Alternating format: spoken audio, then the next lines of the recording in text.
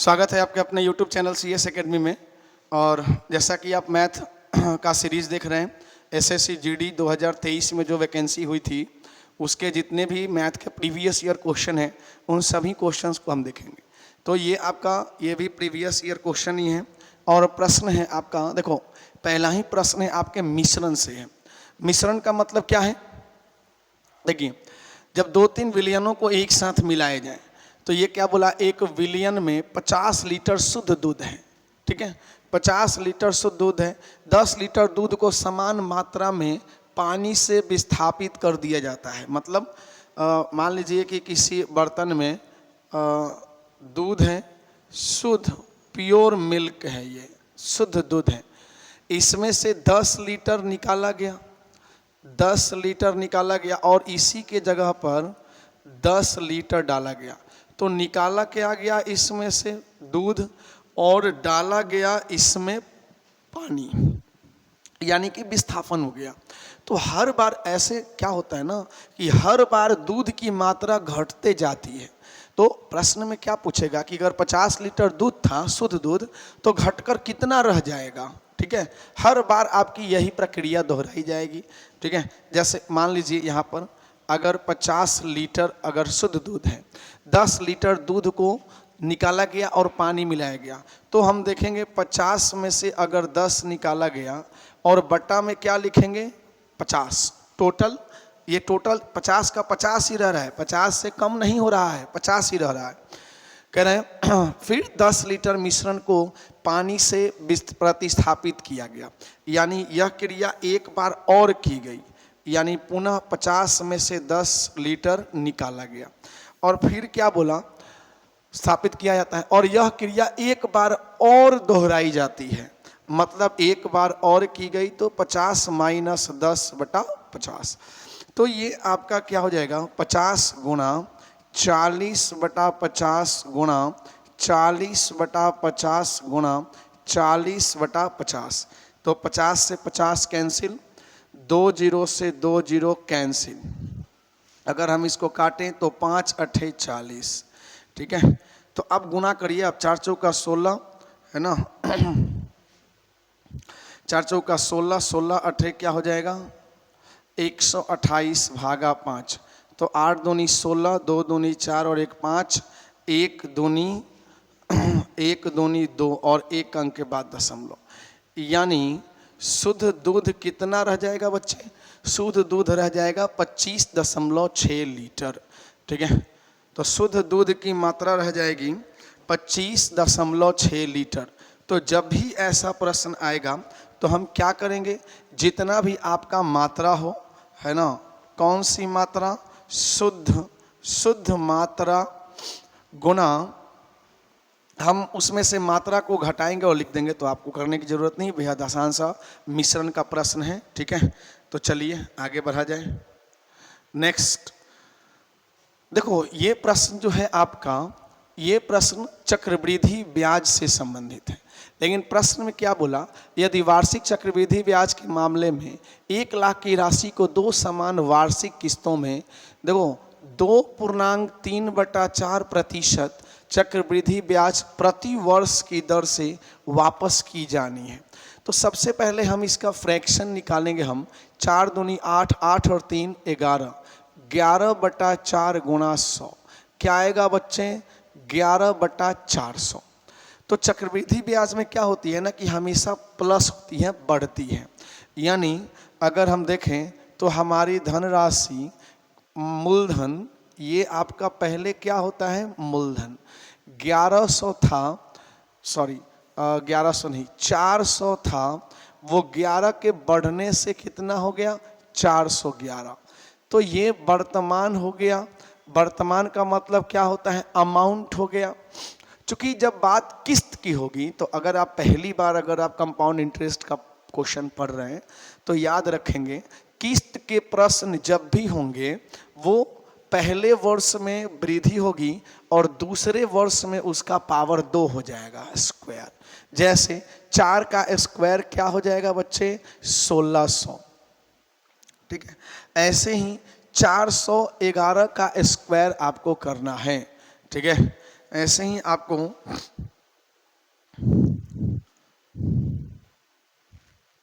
411 का स्क्वायर करना है, ठीक है। तो 411 का स्क्वायर क्या होगा, 168921।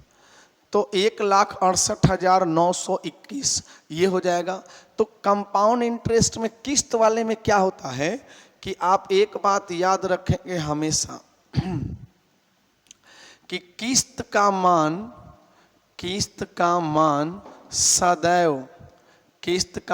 सदैव बराबर होता है। मतलब किस्त का मान कभी नहीं बदलता। अगर ये 1,00,000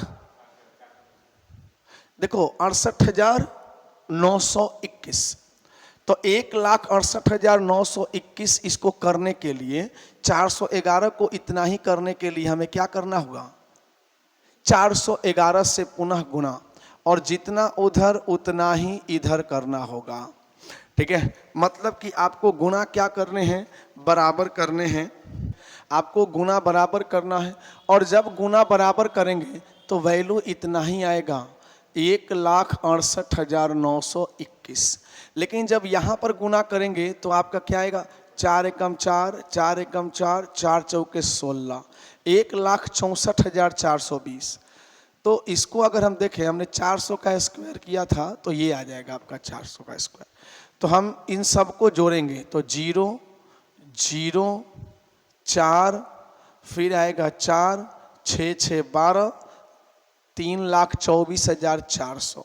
तो देखिए 3,24,400 यूनिट के बराबर प्रिंसिपल कितना दिया है, 1,00,000। देखिए 3,24,400 यूनिट बराबर 1,00,000। 1,00,000 तो 1 यूनिट का वैल्यू क्या हो जाएगा बच्चे, 1 यूनिट का वैल्यू हो जाएगा 1,00,000 बटा 3,24,400, ये कट जाएगा 1 यूनिट का वैल्यू। तो पूछ क्या रहा है इसमें, प्रत्येक किस्त का मूल्य क्या होगा। तो प्रत्येक किस्त का मूल्य क्या होगा, 1 यूनिट बराबर इतना है। देखो 1 यूनिट के बराबर 1,000 बटा 3244 गुणा 16,891। तो 16,891 को आप सॉल्व करें, ठीक है। जब आप 16,891 को सॉल्व करेंगे तो अप्रॉक्स वैल्यू आपका आ जाएगा, है ना। लगभग में आपका कितना आएगा, लगभग में आपका आएगा 52, देखो लगभग में आएगा 52,072, दशमलव में आएगा लेकिन इतना हमने मान लिया। तो आंसर बनेगा आपका ऑप्शन नंबर डी, ठीक है। तो जब भी किस्त का मान आए, जब भी किस्त पूछे तो आपको क्या करना है, अगर दो समान किस्त कह रहा है तो पहले साल 400 पे 411 और दूसरे साल के लिए 400 का स्क्वायर और फिर 411 का स्क्वायर करेंगे हम, ठीक है। हम 1,64,400 और 1,60,000 दोनों को जोड़ेंगे तो आएगा 3,24,400। ये प्रिंसिपल है जो कि 1,00,000 के बराबर है, जो कि 1,00,000 के बराबर है। तो हमने निकाल लिया 1 यूनिट बराबर 1,00,000 बटा 3,24,400, और यहाँ पर किस्त का मान दोनों बराबर होते हैं, इक्वल। इसको नहीं जोड़ना, इसको नहीं जोड़ना, ये तो किस्त है, पहला किस्त दूसरा किस्त, ठीक है। तो 1 यूनिट का वैल्यू आ गया हमारा 1,000 बटा 3244, है ना। तो 16,891 यूनिट के बराबर क्या वैल्यू होगा रुपए में, तो जब हम गुना करेंगे तो लगभग 52,072 हमारा क्या आ जाएगा, इतना किस्त का मान आएगा। क्लियर। तो आपको थोड़ा सा देखो, एसएससी जीडी में ऐसा नहीं कि आसान सवाल है, कैलकुलेटिव क्वेश्चन है, आपको गुना करना पड़ेगा और फिर आपको भाग देना पड़ेगा, ठीक है। चलिए नेक्स्ट क्वेश्चन की बात करें तो बोला कि P, देखो बच्चे, P, Q और R, ये P जो है वो 20 दिन में, Q 30 दिन में और R जो है 60 दिन में पूरा कर सकते हैं एक कार्य को। तो हम सबसे पहले क्या निकालेंगे, टोटल वर्क। तो इनका टोटल वर्क तो 60 ही होगा, यानी P की जो क्षमता निकल के आएगी ना, एफिशिएंसी 3, 30 दूनी 60 और 60 एकम 60। अब क्या बोला यहाँ पर, यदि Q और R प्रत्येक तीसरे दिन, देखो क्या बोला, प्रत्येक तीसरे दिन पी की सहायता करते हैं। मतलब देखिए ये प्रश्न है बारी बारी वाले से। देखिए ये बारी बारी वाला ये टाइप है बच्चे। तो अब देखिए बारी बारी का मतलब क्या होता है, जैसे पहले दिन गया पी काम करने, ठीक है, तो पी अपने क्षमता के अनुसार जितना काम करता है उतना कर लेगा। तो पी की क्षमता है 3 काम कर लेगा। लेकिन यहां पर क्या बोला कि क्यू और आर प्रत्येक तीसरे दिन पी की सहायता करते हैं। इसका मतलब दूसरा दिन भी पी अकेला जाता है और 3 काम करता है, ठीक है। और तीसरा दिन पी की मदद क्यू और आर दोनों करते हैं, ठीक है। तीसरा दिन क्या होता है कि इसकी मदद विथ, ठीक है, पी की मदद क्यू और आर दोनों करते हैं, ठीक है। तो अब पी की क्षमता 3, क्यू की 2 और आर की 1, 3 2 5, और उस दिन काम होता है कितना 6। तो हम बोल सकते हैं ना, हम बोल सकते हैं कि भाई 3 दिन में कितना हुआ, 3 दिन में काम हुआ 12। तो बच्चे दिन कितने लग गए, दिन लग गए हमारे 3, दिन लग गए हमारे 3 दिन में 12 काम हुआ। और काम करना कितना है 60, ठीक है, काम कितना करना है 60, यानी रोटेशन कितने का लगा 5 का। तो हम यहाँ भी 5 से गुणा करेंगे, यानी कि 5 तिहाई क्या हो जाएगा बच्चे, 5 तिहाई 15 दिन, यानी कि 15 दिन में काम क्या हो जाएगा, संपन्न हो जाएगा। आपका आंसर बनेगा डी। तो बहुत ही शानदार प्रश्न पूछे गए हैं बारी बारी से एसएससी जीडी ने, ये जो भी आपका शिफ्ट है, तो इस शिफ्ट में क्वेश्चन अच्छे पूछे गए हैं मैथ के, ठीक है। फिलहाल तो आपने 3 क्वेश्चन देखे, तीनों अच्छे हैं, ठीक है। अगर आपको कोई दिक्कत है समझने में तो कमेंट अवश्य करें, चैनल को लाइक जरूर कर दें, शेयर कर दें, ठीक है। अगर आप नए सब्सक्राइबर हैं तो जरूर सब्सक्राइब करें। निरंतर एसएससी जीडी के लिए हम वीडियो लाते रहेंगे आपके लिए। देखिए अगला प्रश्न क्या बोला कि 10,000 रुपए के मूलधन के लिए 16% वार्षिक ब्याज दर पर 2 वर्ष का चक्रवृद्धि ब्याज लगभग क्या होगा यदि ब्याज अर्धवार्षिक हो। अर्धवार्षिक का मतलब समझते हैं बच्चे, अगर आप कंपाउंड इंटरेस्ट नहीं पढ़े हैं तो आपको थोड़ी समस्या हो सकती है। तो अर्धवार्षिक, सबसे पहले तो आप देखें ये अर्धवार्षिक का मतलब क्या होता है। तो अर्धवार्षिक का मतलब होता है कि साल में कितनी छमाही होते हैं, 2। तिमाही का मतलब क्या होता है बच्चे, तिमाही का मतलब होता है कि एक साल में 4 महीना का 3 गो टर्म आता है ना। और चौमाही का मतलब क्या होता है ना, तिमाही का मतलब तो 3 महीना होगा ना। तिमाही का मतलब होता है 3 माह, तो 4 गो आता है, 4 गो आता है ये, और चौमाही का मतलब 3 गो आएगा, ठीक है। तो देखिए ये अर्धवार्षिक कहेगा, अर्धवार्षिक कहेगा बच्चे तो दर में 2 से भाग, त्रैमासिक कहेगा तो दर में 4 से भाग, चौमाही कहेगा तो दर में 3 से भाग। तो अभी आपको क्या बोला, अर्धवार्षिक, अर्धवार्षिक बोला तो दर में 2 से भाग, यानी कितना परसेंट आ गया 8%।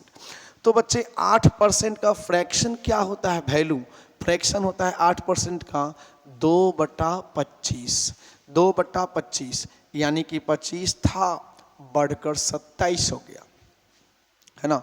तो 2 वर्ष का चक्रवृद्धि ब्याज हमें बताना है।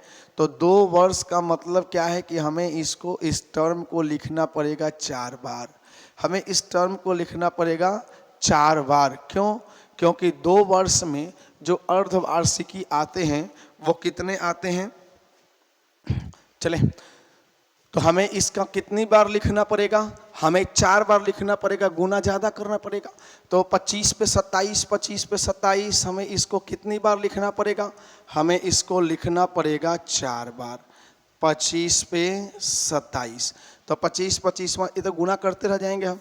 तो हम क्या करेंगे ना, इसमें सक्सेसिव लगा लेंगे। कैसे, तो पहले मान लीजिए कि पहले वर्ष में तो 2 छमाही होंगे ना, तो पहले वर्ष में 8% प्लस 8% प्लस 8 गुना 8/100, यानी क्या हो जाएगा 8,8 16.64%। ठीक है, अब एक वर्ष का हमें निकल गया। अब अगर हम यहाँ से निकालें ना 2 वर्ष का सक्सेसिव, तो हम इसको लिखेंगे 16.64। ठीक है, 16.64 प्लस 16.64 प्लस 16.64 गुना 16.64/100।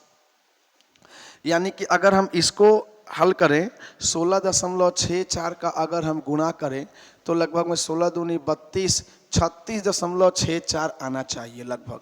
इसको हल करके कितना आएगा बच्चे 36.64%। और ये 2 साल का हो गया। अब बताइए कि हमारा पूछा क्या इसमें चक्रवृद्धि ब्याज, हमसे पूछा चक्रवृद्धि ब्याज, तो कंपाउंड इंटरेस्ट क्या हो जाएगा। देखो 10,000 का 36.64% निकाल देंगे ब्याज, दशमलव हटेगा 2 जीरो और, यानी कि 10,000 से 10,000 कैंसिल। आंसर क्या आएगा आपका, सॉरी 3604 आएगा, 3604 आएगा इनको जोड़ने पर।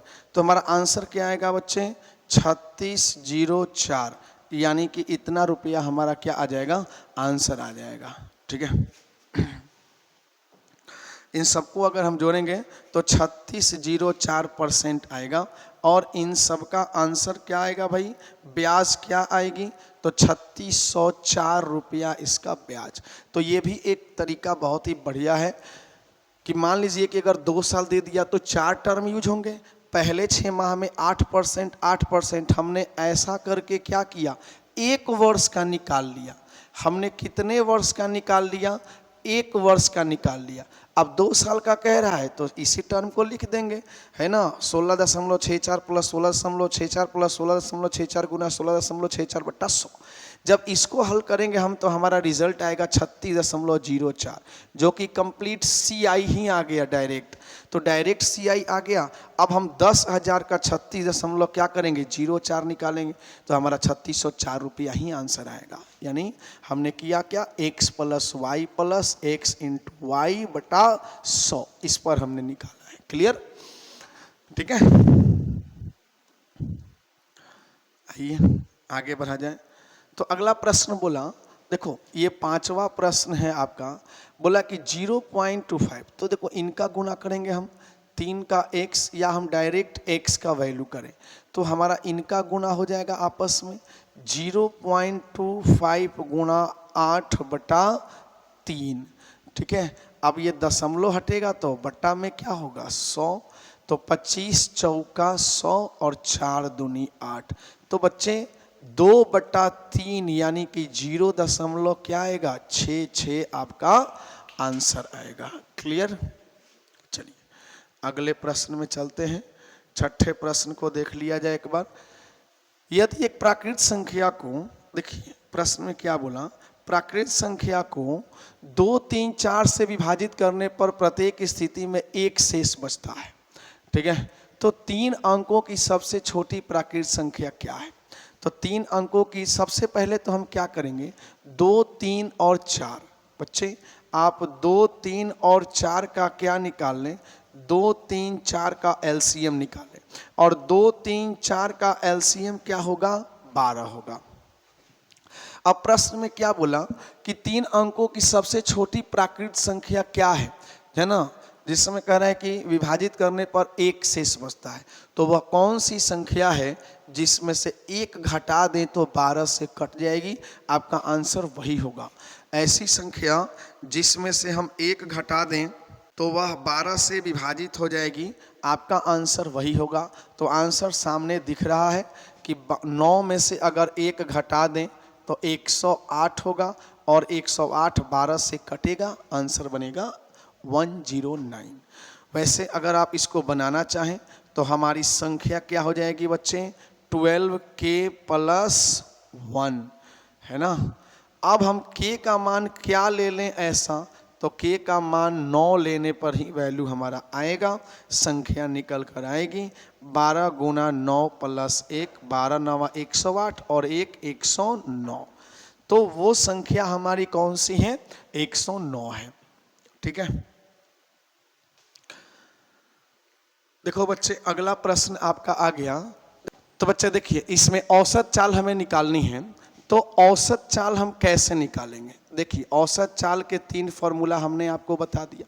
पहला हमने क्या बताया, 2xy बटा x प्लस वाई। दूसरा होता है अगर 3 चाल हो तो 3xyz बटा xy plus yz plus zx। और तीसरा तरीका क्या होता है, कुल दूरी, यात्रा की कुल दूरी बटा यात्रा में लगा कुल समय। तो आपका प्रश्न इन तीनों में से किस पर है, आइए पढ़ते हैं एक बार। बोला एक बस ने 15 किलोमीटर प्रति घंटा की चाल से 60 किलोमीटर, ठीक है, यानी कि 15 किलोमीटर प्रति घंटा की चाल से गया 60 किलोमीटर। मान लीजिए कि जाना है उसको पूरा डिस्टेंस ये।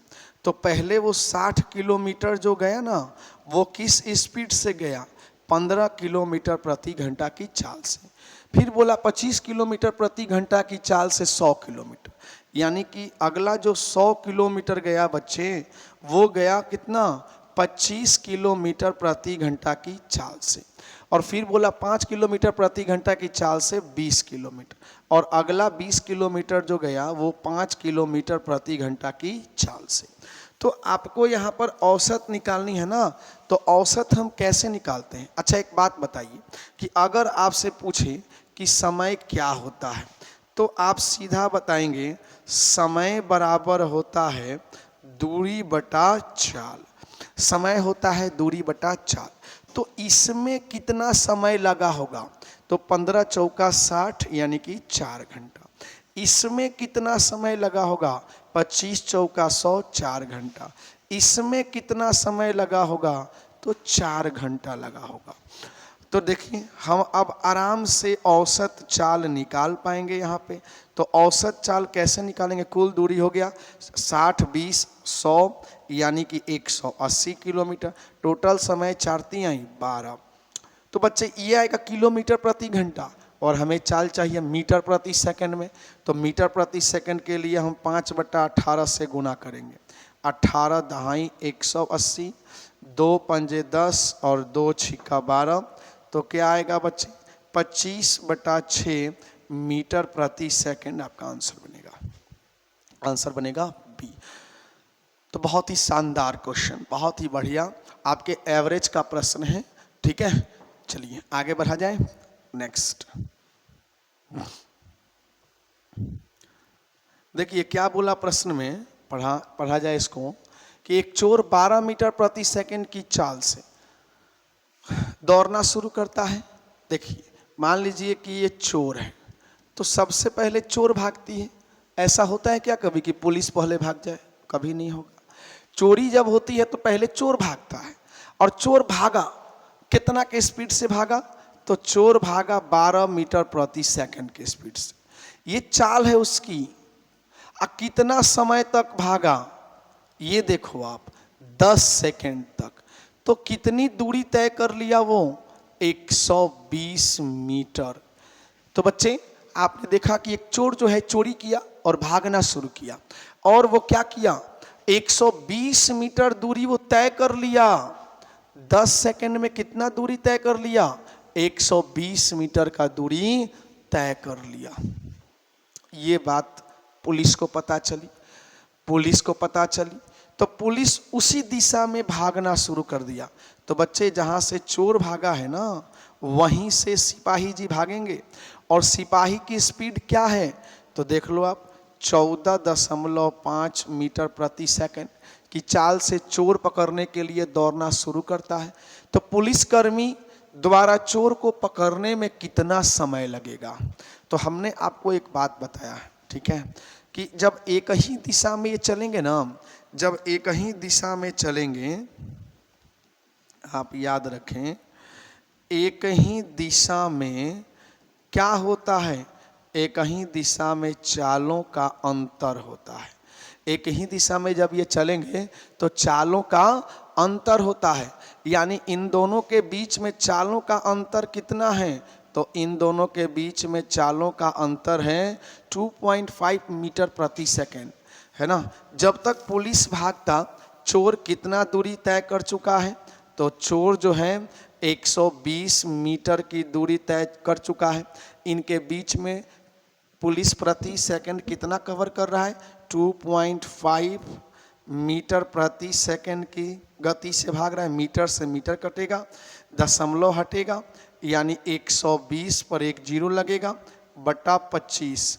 25 से काटेंगे हम, 25 चौका 100, अब 25 अठे 200। तो बच्चे कितना सेकंड में ये चोर पकड़ा जाएगा? तो चोर जो है वो 48 सेकंड में पकड़ा जाएगा। यानी पुलिस जो है वो चोर को कितनी देर में पकड़ लेगा? पुलिस चोर को 48 सेकंड में पकड़ लेगा। तो ये श्योरिटी हो गई। चलिए, तो अगर आप इसको अगर कोई दिक्कत है समझने में तो आप एक बार फिर से देख लें। जब एक ही दिशा में अगर जाएंगे, कोई भी एक ही दिशा में जाएगा तो उसके चालों का क्या होगा? अंतर। जो पहले तय कर चुका है उसी डिस्टेंस को कवर करते हुए चोर को पकड़ना है। इसलिए अगर चोर जो है 12 मीटर प्रति सेकंड की गति से 10 सेकंड भाग गया है, यानी कि चोर और सिपाही में फिलहाल 120 मीटर का अंतर है। तो दोनों में अंतर रखते हैं, दूरी का अंतर बटा चाल का अंतर, तो क्या निकलेगा? समय। ठीक है, आ जाओ बच्चे। नेक्स्ट प्रश्न क्या बोला? नेक्स्ट बोला कि एक चुनाव में केवल 2 उम्मीदवार थे। तो सबसे पहले तो ये देखना जरूरी है चुनाव वाले प्रश्न में, एक व्यक्ति को 40% मत मिले और वह 50 मतों से चुनाव हार गया। ठीक है, तो यह मानते हुए कि चुनाव में कोई अमान्य यानी कि बोकस मत नहीं थे, तो मतों की कुल संख्या कितनी है? बस सीधा सा सॉल्यूशन है कि अगर जिसको 40% मत मिला वो तो हारेगा ही हारेगा। 40% वाले को तो हारना ही है बच्चे। जीतेगा कौन? जिसे 60% मिलेगा। पूरा मत को हमने 100% माना, हारने वाले को 40% मिला, तो जीतने वाले को कितना मिलेगा? 60%। इन दोनों में हार और जीत कितने मतों से हुई? इन दोनों के बीच हार जीत 50 मत से हुई। और इन दोनों के बीच में हार जीत परसेंटेज में कितने से हुई? परसेंटेज में हुई 20%। यानी कि अगर हम इसको काटें, या काटने की ज़रूरत नहीं है, सीधा सीधा तो बोला कि मतों की कुल संख्या कितनी है। तो देखिए, अगर हम इसमें 5 से गुणा करें ना बच्चे, तो ये बन जाएगा 100%। तो हमें इधर भी 5 से ही गुणा करना पड़ेगा, है ना। 5 पचे 25, 250। तो इस चुनाव में कितने मत पड़े? कुल 250 मत पड़े। क्लियर? चलिए, अगला प्रश्न है, किसी एक दिवसीय मैच में एक क्रिकेट टीम के 11 खिलाड़ियों का औसत स्कोर 32 है। मान लीजिए 11 खिलाड़ी हैं, औसत स्कोर 32 है। अब ये तो टोटल हो गया ना, और फिर कह रहे हैं कि जितने उसने पारी खेले उस पारी का अगर रन गिन दे, कोई एक पारी इसमें क्या होती है? मिसिंग होती है। उस मिसिंग पारी का ही निकालना है क्या होगा, कितने रन उसने मारे। 32 + 9 + 14 कितने हो गए भाई? 1 2 3 4 5 6 7 8 9 10 10 पारी हो गई। तो 32 को अगर गुणा करें हम तो ये आएगा 352 रन। 1 2 3 4 5 6 7 8 9 10। ओके, 11वीं पारी का रन बनाना है, तो यानी कि x। 11वें खिलाड़ी ने कितने रन बनाए? तो उसने x रन बनाए। इन सब को हमें क्या करना होगा? जोड़ना होगा। तो कैसे जोड़ेंगे हम? मान लिया हमने 9 9 और 51 60। ठीक है, 60 हो गया। और कोई इसमें जुड़ सकता है? चलिए, इन सब को जोड़ लीजिए आप। 60 और 11 हो जाएगा कितना? 71। 71 और 2 73। ठीक है, 73 और 14 को जोड़ लेते हैं। 73 और 4 77 और 10 87। ठीक है, 87। और फिर इनको जोड़ लेते हैं हम, 32 33, ये हो जाएंगे 87। और ये हो जाएंगे 5 और 6, 7 5 12, 14 और 1 15। फिर यहाँ पर 21 और 1 का 96 है, 6 1 7, 9 और 2 11। तो बच्चे ये हो गए कितने, 269 प्लस x, 269 प्लस x, यानी x का वैल्यू क्या आएगा, घटा लेंगे हम, 12 में से 9 गया क्या हो जाएगा 3, 14 में से 6 गया 8, यानी कितना रन उसने मारा उस 11वें खिलाड़ी ने, तो 83 रन। बस आपको जोड़ घटाव के लिए दिया है और कुछ नहीं, ठीक है। चलिए आगे बढ़ा जाए। देखिए जब आशीष एक निश्चित कार्य पूरा करता है तो उसे 70 रुपए कुल मिलते हैं।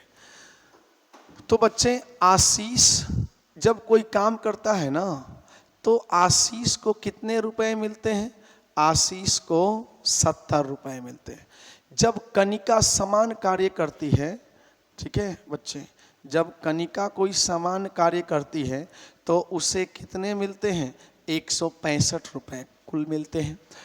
आशीष और कनिका की दैनिक, अगर हम इन दोनों की दैनिक मजदूरी निकालें, दैनिक मजदूरी आशीष की और कनिका की क्रमशः 3.5 और 5.5, तो हमें लिखने की ज़रूरत नहीं है। अब इनका निकलेगा समय, आशीष का समय क्या आ जाएगा 70 कुल मजदूरी बटा इसकी दैनिक मजदूरी 3.5, तो ये कटेगा 35 दूनी 70 यानी कि 20 दिन। किसी काम को करने में आशीष को 20 दिन लगते हैं, ठीक है। तो यहाँ पे अगर नहीं दिख रहा हो तो दैनिक मजदूरी आशीष की कितनी है 3.5 रुपए और कनिका की कितनी है 5.5। तो इनको समय कितना लगेगा किसी काम को करने में, तो आशीष को लगेगा 70 बटा कुल रुपया में 1 दिन की मजदूरी से भाग देंगे तो क्या आएगा 20 दिन आशीष को लगते हैं। और कनिका की बात करें तो 165 बटा 1 दिन की मजदूरी यानी कि 3, यानी कि इसको लगेंगे कितने दिन 30 दिन। हो गया, बस क्वेश्चन सॉल्व हो गया। अगर आशीष को 30 दिन लगते हैं और कनिका, आशीष को 20 दिन लगते हैं और कनिका को 30 दिन लगते हैं तो टोटल वर्क निकालिए, क्या हो जाएगा 20 30 का 60, क्षमता हो जाएगी 3 और इसकी क्षमता हो जाएगी 2, ठीक है। तो अगर क्या बोला दोनों एक साथ काम करें ना, दोनों साथ काम करें तो समय कितना लगेगा, आशीष और कनिका दोनों एक साथ काम करें तो 60 बटा 3 और 2 5, यानी कि कितना दिन 12 डेज। तो अब बोला कि कार्य की लागत क्या आएगी, तो भाई अब लागत पूछ रहा है तो लागत हम कैसे निकालेंगे, तो 12 गुना 3.5 में 5.5 जोड़ेंगे तो आएगा 9 रुपया, यानी कि क्या हो जाएगा 108 रुपया लागत आएगी। आंसर बनेगा बी। इसमें नेक्स्ट 13वां प्रश्न है, बोला कि एक दुकानदार 10 पंखे खरीदता है। बच्चे देखो 10 पंखे खरीदता है और 10 पंखों के क्रय मूल्य पर देखो, मान लो कि 10 पंखों का कीमत है 100 रुपया, ठीक है, और उसने कितना खरीदा 10 पंखे खरीदे और 10 पंखे के क्रय मूल्य पर उसने कितना पंखा बेच दिया, उसने 8 पंखे बेच देता। मान लो 100 रुपया में 10 पंखा खरीदा और 100 रुपया में 8 पंखा बेच दिया, मतलब इसको हो क्या रहा है बच्चे, इसको 2 पंखा के बराबर इसको लाभ हो रहा है। तो प्रश्न में बोला कि बच्चे परसेंटेज लाभ आपको बताना है, तो लाभ किस पर होगा, कम पर। 2/8 गुना 100, 2 चौके 8 और 4 25वां 100, यानी कि इसको कितने % का लाभ होता है, तो इसे 13% का लाभ होता है।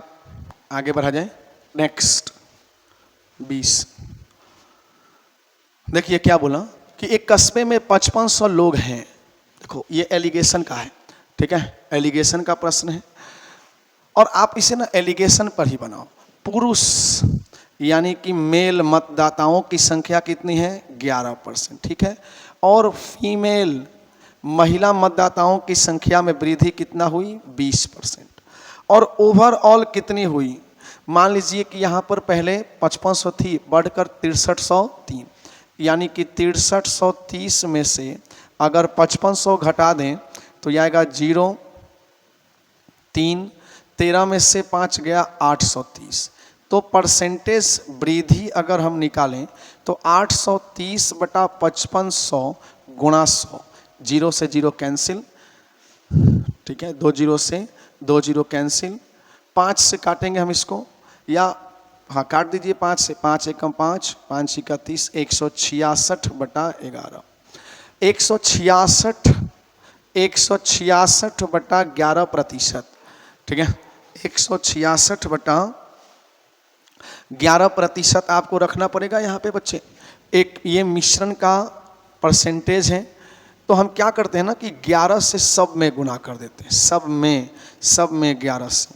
तो जब हम इसमें गुना करेंगे तो ये बनेगा 121, ये बनेगा आपका 220 और ये कट जाएगा। तो इनका अंतर 220 और 166 का अंतर क्या हो जाएगा, 10 में से 6 गया 4, 11 में से 6 गया 5, ठीक है, ये कितना हो जाएगा 54। और 121 और 166 का अंतर क्या होगा, 6 में से 1 गया 5, 6 में से 2 गया 4। तो अगर हम इनको काटें ना रेशियो में, तो रेशियो में कैसे कटेंगे, 9 चिका 54 और 9 पचे 45, 6:5 में, ठीक है। तो बोला कि पुरुष और महिला मतदाताओं की संख्या, तो कुल मतदाता अगर हम ले लें 5500, तो बटा में ये हो जाएंगे 6 और 5 11, यानी 1 यूनिट बराबर 500। तो अगर मेल का कह रहा है तो 6 गुना 500 यानी कितना 3000, और फीमेल मतदाता का कह रहा है ना बच्चे, तो 5 गुना 500 यानी कि 2500। तो 3000 और 2500 जहाँ पे है वही आपका आंसर बनेगा। क्लियर, ठीक है। तो ये आपका एलिगेशन यानी कि मिश्रण चैप्टर से है, और आगे हम लोग बढ़ेंगे, नेक्स्ट क्वेश्चन देखेंगे, ये आपका मिश्रण चैप्टर से ही है। तो आराम से बनाए, इसको ऐसे ही बना ले एलिगेशन से, ठीक है। थोड़ा इसको अगर दिक्कत हो तो बार बार थोड़ा सा अभ्यास करें, ठीक है। चलिए बस ये 15 नंबर आपका बाकी है, तो चलिए 15 नंबर क्वेश्चन देखा जाए। बोला कि व्यंजक 2/5/7, देखो बोर्ड मास आपको सीधा लगाना पड़ेगा। इसमें क्या लगाना है बच्चे, बोर्ड मास, ठीक है। और बोर्ड मास में पहले ना इसको हल करना है, और ये है आपका भाग, ठीक है। तो सबसे पहले ब्रैकेट को हल करेंगे, यानी कि 15/6 गुणा करेंगे तो ये पलट जाएंगे 8/5, माइनस 12 दूनी 24 यानी कि 2, ठीक है। जैसे 5 से कटेगा 5 तिहाई 15, 3 दूनी 6 और 2 नवा 18, तो 9 में से 2 घटेगा, क्या आएगा बच्चे 7। तो ब्रैकेट वाले को जब हमने हल किया तो आया 7। यहाँ पर क्या बोला, व्यंजक 2/7 है, तो फिलहाल हम क्या करेंगे, इसको ऐसे ही लिखेंगे 2/5/7, क्योंकि पहले काम का होगा, पहले काम का होगा। इसको करें तो 9 दूनी 18, 18 और 7 25। जब ये ब्रैकेट से बाहर आएगा तो ये क्या होगा बच्चे 25, और प्लस में कितना लिखना होगा हमें 7। तो हमने देखा कि 2 भागा को अगर हम गुना कर दें, ठीक है, या पहले हम इसको काटें तो 2 गुना 7 बटा, ये पलटेगा ना, तो ये पलटेगा तो ये दोनों पलट जाएंगे, 5 और 25 का गुणनफल 125, तो हर में हो जाएगा 125 प्लस 7। तो हम इसको गुना करें 7 दूनी 14/125 प्लस 7। तो बच्चे आपका क्या हो जाएगा, एलसीएम 14 प्लस 7 पचे 35, 7 दूनी 14 और 3 17, 7 एकम 7 और 1 8, 5 4 9, 7 और 1 8, 889/125 आपका आंसर होगा, 889/125। क्लियर, चलिए। तो ये आपका सिंप्लीफिकेशन से प्रश्न था, ठीक है। अगला प्रश्न बोला कि एक गोले की त्रिज्या 6 सेंटीमीटर, ठीक है। तो इस गोले की पृष्ठीय क्षेत्रफल, तो मैंने पिछले क्लास में आपको बता दिया था, पृष्ठीय क्षेत्रफल होता है बच्चे 4 पाई आर स्क्वायर, और गोले का आयतन होता है बच्चे 4/3 पाई आर क्यू का संख्यात्मक मान का प्रतिशत है। बस तो हो गया, परसेंटेज निकालना है तो अच्छी बात है। तो आप डायरेक्ट लिखो ना, इसको त्रिज्या का मान लिखने की जरूरत नहीं है, डायरेक्ट लिखो 4/3 पाई आर क्यू और गुणा में क्या लिख दो 100। अब काटना है काट दो, 3 ऊपर चला जाएगा, ये 3 जो है वो ऊपर जाएगा। हम इसको एक बार फिर लिख लेते हैं, फिर इसको काटेंगे 4 पाई आर स्क्वायर गुणा 3/4 पाई आर क्यू गुणा में 100।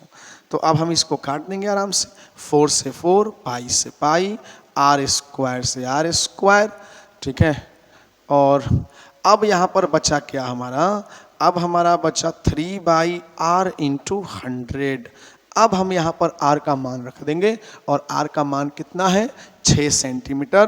तो 3/6 इंटू 100 यानी कि 3 दूनी 6 और 2 50वां, क्या आएगा बच्चे, इसका वैल्यू कितना आएगा, तो 50% आपका आंसर बनेगा।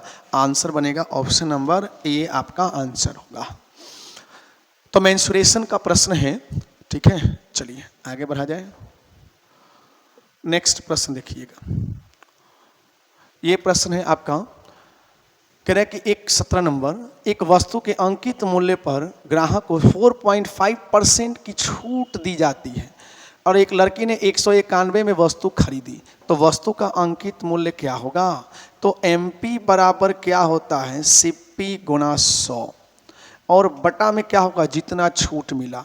सपोज इसको हम 5 मान लें तो 95.5%। तो दशमलव हटेगा तो क्या हो जाएगा, दशमलव हटेगा तो एक जीरो ऊपर लगा दो एक्स्ट्रा, बटा 955। अगर 5 से गुना करें ना 191 में, 5 एकम 5, 5 9 45 में 9, यानी कि ये कितने मरतबे कटेगा 5 मरतबे, और ये 5 दूनी 10 यानी कि 200। तो इसका MP कितना पड़ेगा, इसका MP अंकित मूल्य 200 होगा, ठीक है। तो 17 का आंसर हो जाएगा C। चलिए इसी प्रकार हम अगले प्रश्न को देखेंगे। देखिए बहुत ही बेहद आसान सा प्रश्न होता है ये, ठीक है। तो बोला कि 20 चूड़ियां खरीदने पर रिया को 5 चूड़ियां मुफ्त मिलती हैं। तो देखिए छूट, यही 5 चूड़ी तो छूट है, प्रतिशत छूट, तो छूट को हम अंश लिखेंगे और बटा में क्या लिखेंगे। तो 20 चूड़ियां खरीदने पर 5 चूड़ी, यानी कि वो चूड़ी टोटल कितनी लेकर आई, वो चूड़ी लेकर आई 25। वो चूड़ी कितनी लेकर आई, वो चूड़ी लेकर आई है 25, ठीक है। उसने चूड़ी लिया 25, लेकिन 5 चूड़ी की कीमत उसे नहीं देना है। क्यों, क्योंकि वो 5 चूड़ी उसे फ्री मिले हैं। तो इस 25 में ही तो 5 का निकालना है परसेंटेज। तो 25 चौके 100 यानी कितना आएगा बच्चे 20% आंसर आएगा, ऑप्शन बी। Clear, clear. चलिए आगे बढ़ा जाए, नेक्स्ट देखो बच्चे 19वां प्रश्न है। 25 वस्तुएं 8625 में खरीदी गई और 12675 में बेची गई। लाभ बहुत ही आसान, इनका अंतर कर देंगे, यानी कि और लाभ का हमें परसेंटेज निकालना है। तो इनका अंतर कितना हो जाएगा, 5 में से 5 जाएगा 0, 7 में से 2 जाएगा 5, 6 में से 6 जाएगा 0, 12 में से 8 जाएगा 4050, है ना। और लाभ किस पर हुई, 8625 पर, और गुणा क्या होगा 100।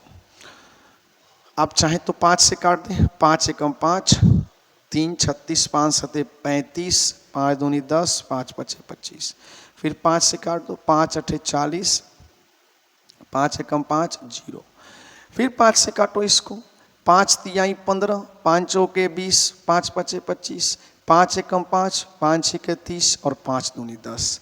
फिर 5 से काटो, 5 छिके 30 और 5 नवा 45, 5 दूनी 10 20। अब आपका आराम से 3 से कटेगा, 3 पचे 15 और 3 चौके 12, यानी अब ये 23 और ये 54, यानी कि वैल्यू आपका क्या हो जाएगा बच्चे, लगभग में होना चाहिए। ठीक है, वैल्यू आपका लगभग में होना चाहिए। अगर हम देखें तो 54 गुणा 20/23, यानी कि लगभग में आपका क्या हो जाएगा, 46 समथिंग आएगा, यानी कि लगभग में हम देखेंगे 47%। अगर आप इसको भाग करेंगे ना तो 46.95 आएगा। कितना आएगा, 46.95%, यानी कि लगभग में हम इसको क्या बोलेंगे, लगभग में इसको बोलेंगे 47%। देख लें, तो ये आपको दिया ही गया था कैलकुलेशन के लिए कि आप कैलकुलेशन करें, फास्ट करें और कैलकुलेशन की प्रैक्टिस भी करें। लास्ट क्वेश्चन, ठीक है, तो देखिए क्या बोला ये लास्ट क्वेश्चन कि a बराबर, देखो तो हम सीधा लिख लेंगे a/b बराबर क्या होगा बच्चे, 2/3, और यहाँ लिख लेंगे b/c बराबर 3/5। तो ए बी सी का अनुपात चाहिए, तो बिल्कुल हम ए बी सी का, हम चाहें तो 3 तो दोनों b का वैल्यू बराबर दिया ही है, तो हमारा यही अनुपात हो जाएगा, a अनुपात b अनुपात c, a का 2, b का 3 और c का 5, यानी 2:3:2:3:5। ठीक है, तो कितना आएगा बच्चे, 2:3:5। तो इस प्रकार से आपने 20 प्रश्नों की एक श्रृंखला देखी।